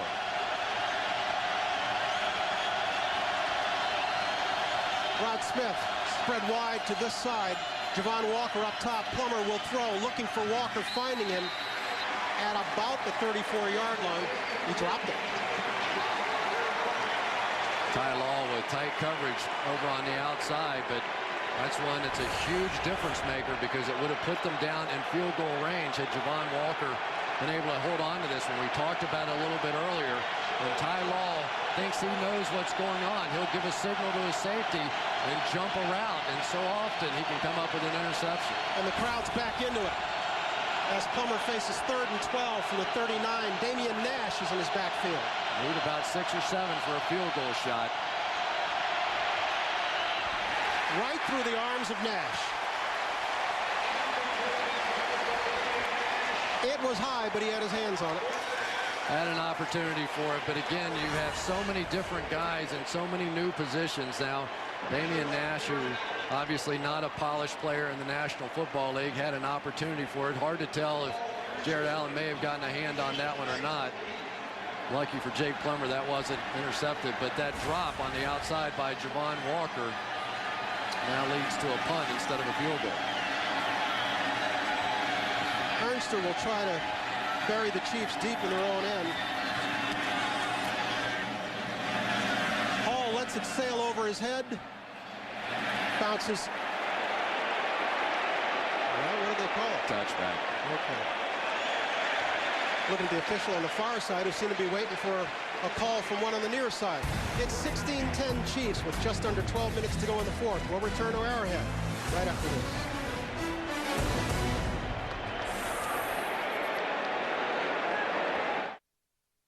Having overthrown that 3rd down lob, and he and Coach Shanahan exchanging holiday greetings, no doubt. Well, you can just imagine the kind of pressure between those two people right now. Basically, the word has gotten out. Our Adam Schefter reporting that Jake Plummer will be starting his last game this evening, and I'm sure the conversations are not easy between those two men right now. Just under 12 minutes to go in the ball game. Green will lob it left to Larry Johnson. Will Shields' block was the one that the crowd was reacting to. Will's an interesting guy. Now, this is a guy who really thought about hanging it up. Willie Rofe talked him into coming back, and then Rofe hung it up. Well, there's somebody on the Denver Broncos right now that wishes he had hung it up. Will Shields on the outside just peels back and just destroys one of the Broncos. Oh boy, that's Michael Myers coming back across, chasing the play. Just never saw Will Shields. How can you miss it? I don't know. 2nd and 4. Green finding Gonzalez. 1st down Chiefs. Boy, how many tight ends are there in the game that you flank out against a starting cornerback in the National Football League, that time Darren Williams, and you have the guts to throw him a 10-yard out? I mean, that's one of those that you make a mistake on that one, or Williams decides to get a little greedy, take it back for a touchdown the other way. But that's the kind of respect that everybody gives Tony Gonzalez, whether he's inside or outside. This is Johnson skipping right, looking for a block. Oh! Champ Bailey had him by one ankle as he crossed the 45. Nice tackle back there by Champ Bailey, but at the line of scrimmage, again, Larry Johnson is simply going to make a cut that defies somebody that size.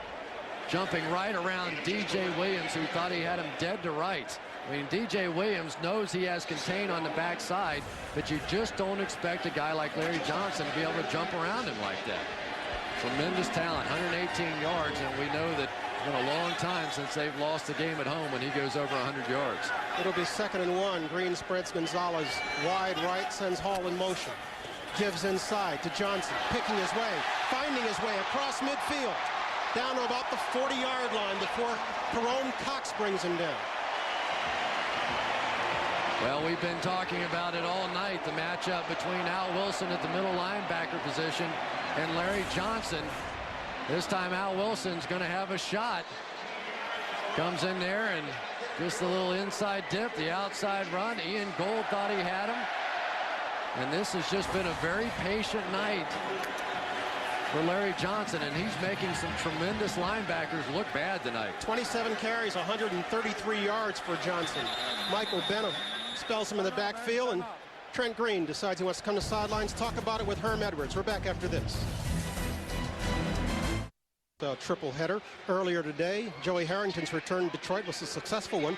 Dolphins won their 4th in a row, 27-10. Tony Romo threw for 5 scores as Dallas beat Tampa Bay 38-10. I got a couple of Cowboys buddies who think the world of him. I bet they do right now. 1st and 10. Green will throw. Look out. Darren Williams with the pick. Went back to the well once too often there. They've been trying to pick against Darren Williams over on the outside. That time Sammy Parker running the comeback route, and Darren Williams had seen enough. He undercuts this one. A huge turnover in this game.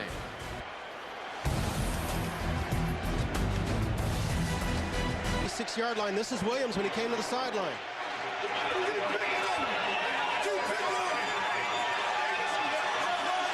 We keep wondering why they throw it. Champ Bailey says, keep picking on me. Keep picking on me. I'm going to get one for me. This is Damian Nash. Barely getting back to the line of scrimmage before Ron Edwards stacks him up. Darren Williams, it's so exciting to see a young player who knows that he has to prove himself. And the hardest thing in the world to do is when you have a superstar on the other side, and it's Champ Bailey, and nobody's going to throw there. And Darren Williams knows it.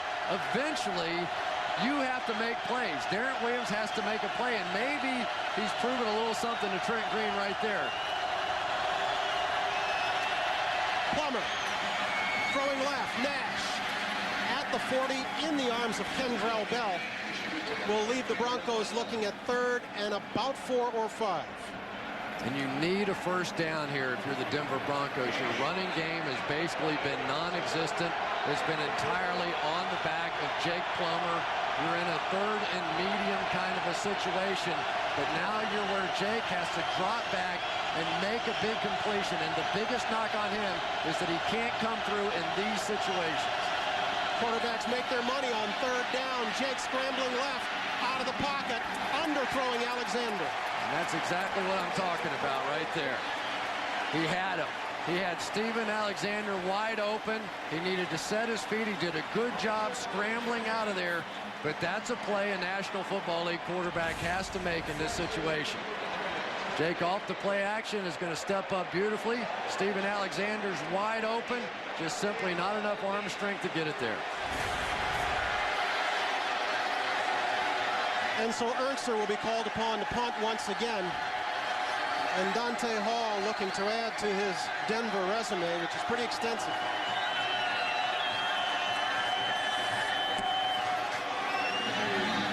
He'll be able to run this one back. Chase back inside his own 10.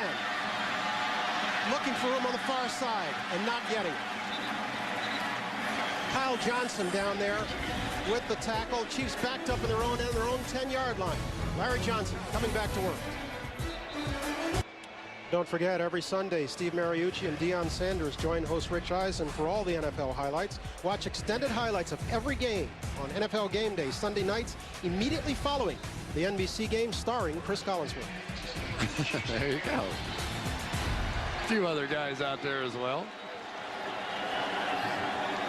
We're inside the 8-minute mark, and the Chiefs are backed up in their own end, 1st and 10.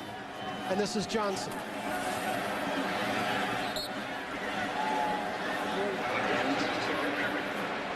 You know, one of the things that's been fun for me to watch is the guy, Kyle Turley, who's now playing the right tackle position. He was out of football for a little while, an outstanding left tackle for the New Orleans Saints, but he's lost a lot of weight, probably weighs at most 275 pounds, but you see him come out there, get the cut block against DJ Williams, and that's the kind of thing that you don't have to be the biggest guys. The Denver Broncos offensive line have proven over the years if you can get out and run.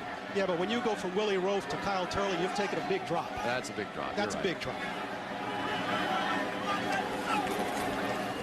Johnson inside, fighting his way just past the 17-yard line, maybe to the 18. DJ Williams. Well, really, both these teams have very light offensive lines, but it works because they can get people out in front of ball carriers like you've just been seeing. And really, in fairness to Kyle Turley, he was never supposed to be a starter on this team. They all got shocked when Willie Roaf decided to retire, and he just had to fill in. He's done a pretty good job. Oh, 3rd and 1. Somebody moved this side. That was Turley. Boy, I put the kiss of death on him, didn't I? Yeah, you did. Nobody can do that better than I can. False start. Offense number 74.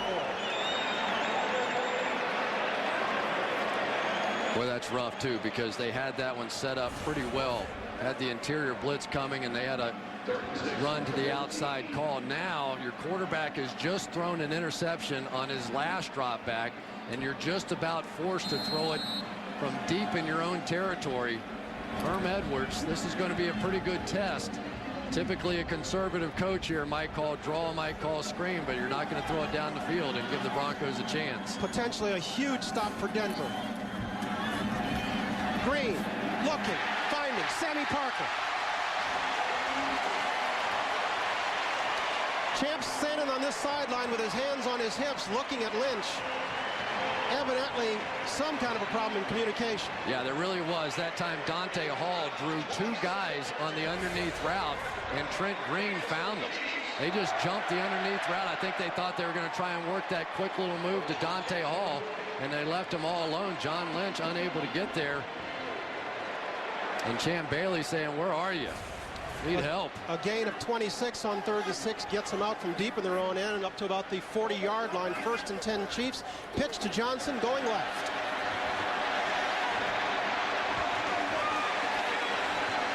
Maybe enough. No, just short of the 1st down marker. On the far side, just short of midfield. Yeah, you hear so much about you have to have a short memory in this league. And for Trent Green, you know, it's just his 2nd game back after the major injury and sitting there on 3rd and 6 and backed up. But that's the difference. I'm thinking if Damon Huard were in the ball game right there, I'm not sure they would have allowed him to throw the ball down the field. But Trent Green very calmly made a great read and took advantage of John Lynch on that one. 2nd and 3. Inside once again. 1st down.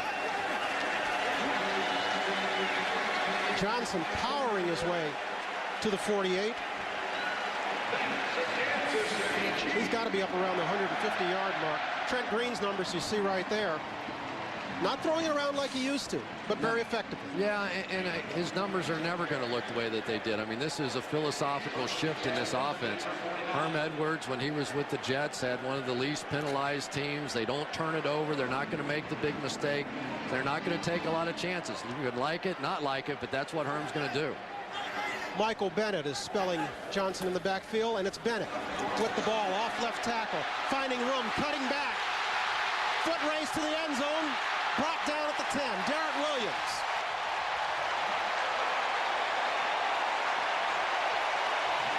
Michael Bennett in to give a breather to Larry Johnson, takes a pitch to the far side, cuts it back off left tackle, and finds his way all the way down to the 9-yard line. Chris Wilson, number 84, with a great block on the outside, and Gerard Warren got so much penetration up the middle, there was nobody to occupy his gap. Typically, the defensive linemen all slide down the line together.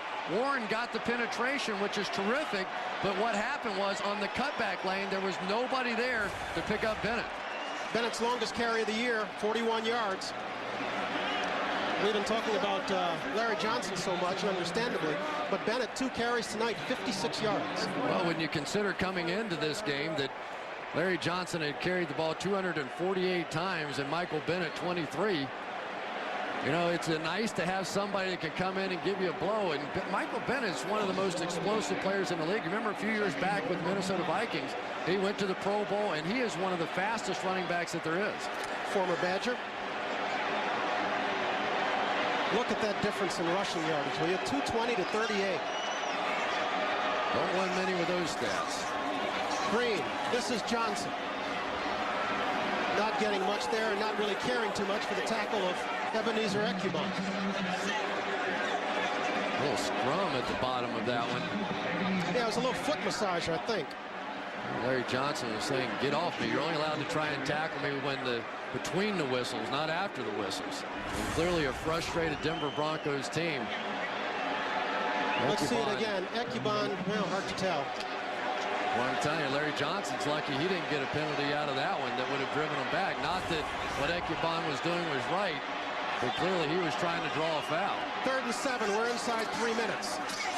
Johnson looking, dragging Bailey inside the 5 to about the 4-yard line. I really believe Champ Bailey's the best defensive player in the National Football League. This is a saving tackle right here. Larry Johnson simply going to run this one in the end zone if Champ Bailey doesn't get him on the ground, and it's one-on-one, and nobody's been doing that tonight.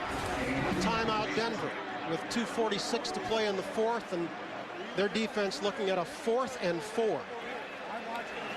Well, here it gets pretty tough on the Denver Broncos. If you convert this field goal, end up going down 9, then you've got to get in a real hurry-up offense, try and score and get an onside kick and get back in it. This has been a pretty methodical game tonight by the Kansas City Chiefs, and for Herm Edwards, a guy who made the playoffs 3 out of 4 years with the New York Jets, his 5th year, gets 2 quarterbacks hurt early in the season and ends up leaving New York after that, and not a whole lot of fans along the way up there, but I think he's proven his point that if you don't make the big mistakes, don't have the big penalties, and you can run the football, you can win a lot of games in the NFL. Tynes, this one from 21, looking for his 4th field goal of the night, and finding it. Puts the Chiefs up by 2 scores as they move ahead 19-10 with just 2:42 left in the ballgame.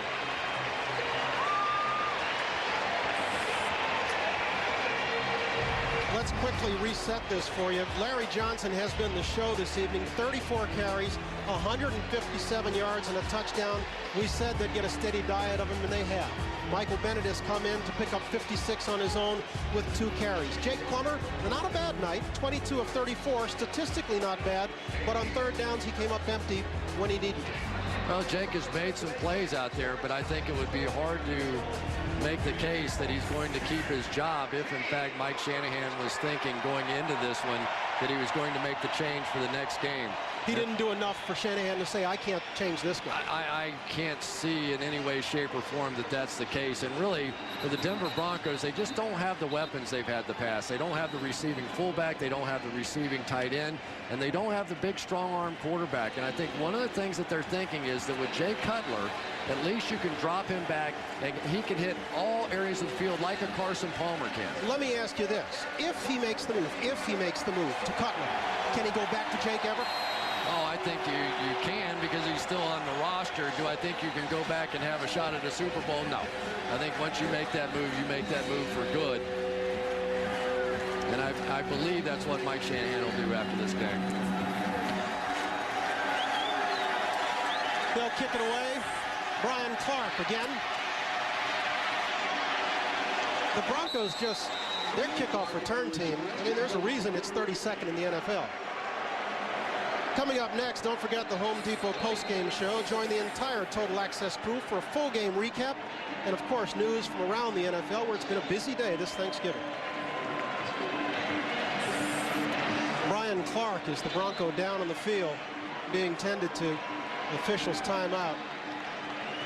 And let's talk about Cutler a little bit. You know, one of the things that the Broncos believe is that there's been so much pressure on Jake Plummer because this young man, Jay Cutler, has the kind of arm that when you watch him in practice, even the guys on your own team start oohing and awing. And then as a quarterback like Jake Plummer, you're out there and you're going, every time I throw the ball, they're going, he's no Jay Cutler. And they think that burden has carried over into the playing field and into the games for him. This is too much of a setup. But assuming they make the move, right? Right. And they get him in time, right, for the holidays. The guy is, I kid you not, from Santa Claus, Indiana. Oh, I know. I've driven through Santa Claus, Indiana before. But when you watched him on tape this preseason, I think I saw every throw he made. Phillip Rivers, who's had a couple years in that offense. Plummer will throw far side. Brandon Marshall skipping out of bounds with 2.5 left. I say because it was preseason, because as you and I were talking in the car out here, the other guys in the preseason who were among the top 5 were Sean King, Matt Cassell. I mean, you know, and it is the preseason. They don't play NFL defenses in the preseason. They play a basic cover 3, a basic cover 2. They're not showing you the blitz packages. And for a guy like Jay Cutler, he's going to have to learn on the fly. And I'm not so sure that Mike Shanahan isn't saying either he's going to give us a lift and we'll make a run, or at the very least, we'll get him ready to start next year. 2nd and 2 from the 35. Plummer. Again to Marshall. Marshall fighting his way, trying to get out of bounds, but Ty Law won't let him. And we're ticking down to the 2-minute warning. And when you need 2 scores, you don't need many plays like that. We'll get the 2-minute warning. Bronc night, much to the enjoyment of one fan in the stands. Larry Johnson is not only 27's dad, he's also 91's coach, defensive line coach at Penn State. There's Pops. It's like he played a little ball in his day too, doesn't it? He was Larry's high school coach, and he was Tamba's defensive line coach at Penn State. Tamba still looks at him as a father figure. Boy, both of them have been major contributors here tonight. Plummer on 1st down, ball on the ground. Cooper Carlisle with the recovery. It looked like Ali was the one that knocked it out. Yeah, George Foster's going to get beat around the corner by Tamba Hali, and I can tell you, as an offensive team, when you get in this must-pass situation, you're going to set yourself up for a fall right around Foster. 2nd and 10, we've got flags. Eric Pierce may have jumped. Ball start. Offense number 64. 5-yard penalty. 2nd down. You understand Pierce making mistakes, but the major disappointment for this Broncos offensive line is that they had to bench George Foster. There's a guy, a top draft pick, you expect to be a cornerstone for a long time, and when he's riding the bench, that's not a good sign. 2nd and 22. Javon Walker over the middle, not much. Clock ticking down inside, 1.5 minutes. They go 4 wide. Plummer behind Kirkus will leave them looking at 4th down.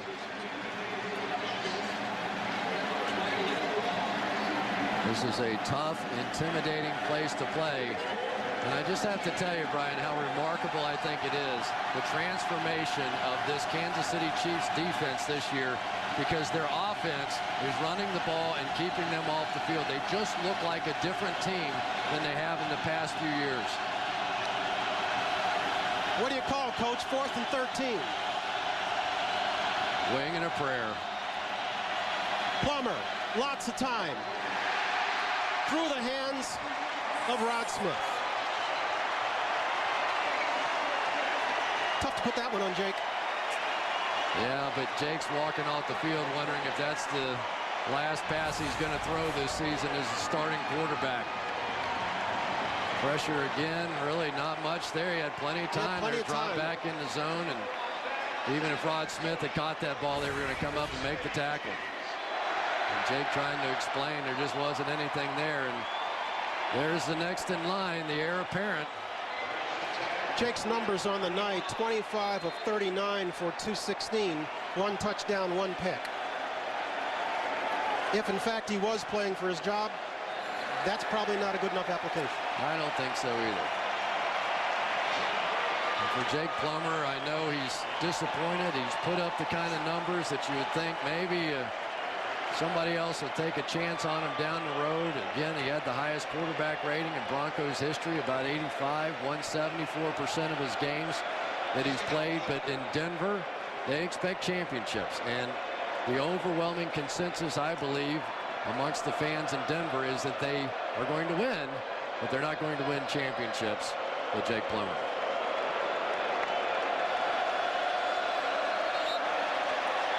If that was his last time starting, Plummer will wind up his career, with the Broncos anyway, 0-6 against the Chiefs at Arrowhead. Just can't say enough about the job that Herm Edwards has done with this football team. He has re-energized the defensive side of the ball. He's asked his offense to make concessions. They've done it willingly. They have done it willingly. This is a team that's playing as a team right now. And I tell you, they're on a roll. They've got a chance. They have now won 6 of their last 7. Herm Edwards, happy man, 157 yards tonight for Larry Johnson. There's his good buddy, John Lynch. Don't forget, next week will be in Cincinnati, home game for Chris Collinsworth, as the Baltimore Ravens come in to play the Cincinnati Bengals. Our final here, the Kansas City Chiefs 19, the Denver Broncos 10. Let's go down on the field now. Here's Adam Schefter. 34 carries, 157 yards. When did you know that you were going to be on track and on point tonight? It's just going against Denver. We know they are a tough opponent, but we also know that we had to run the ball, and excellent job by our O-linemen and the guys that backed up the O-line and came in and out, and we just ran downhill today. In each of your 4 starts versus the Broncos, you've gone over 125 yards. Do you feel more confident against certain teams? You got to. This is a real physical defense. You know, you take a look at their front 4. All of them are first-round draft picks. So you got to feel confident going in each and every opponent and know that you can run the football. At 7-4, now tied with the Denver Broncos, is this team where it wants to be heading into November and December? Definitely at home. But we know we gotta carry the same enthusiasm and aggressiveness on the road too. So it's good to play home, but we know we got to win to get to the playoffs on the road. Congratulations, Larry. Thanks so much. 157 yards for Larry Johnson. Over to you, Rich.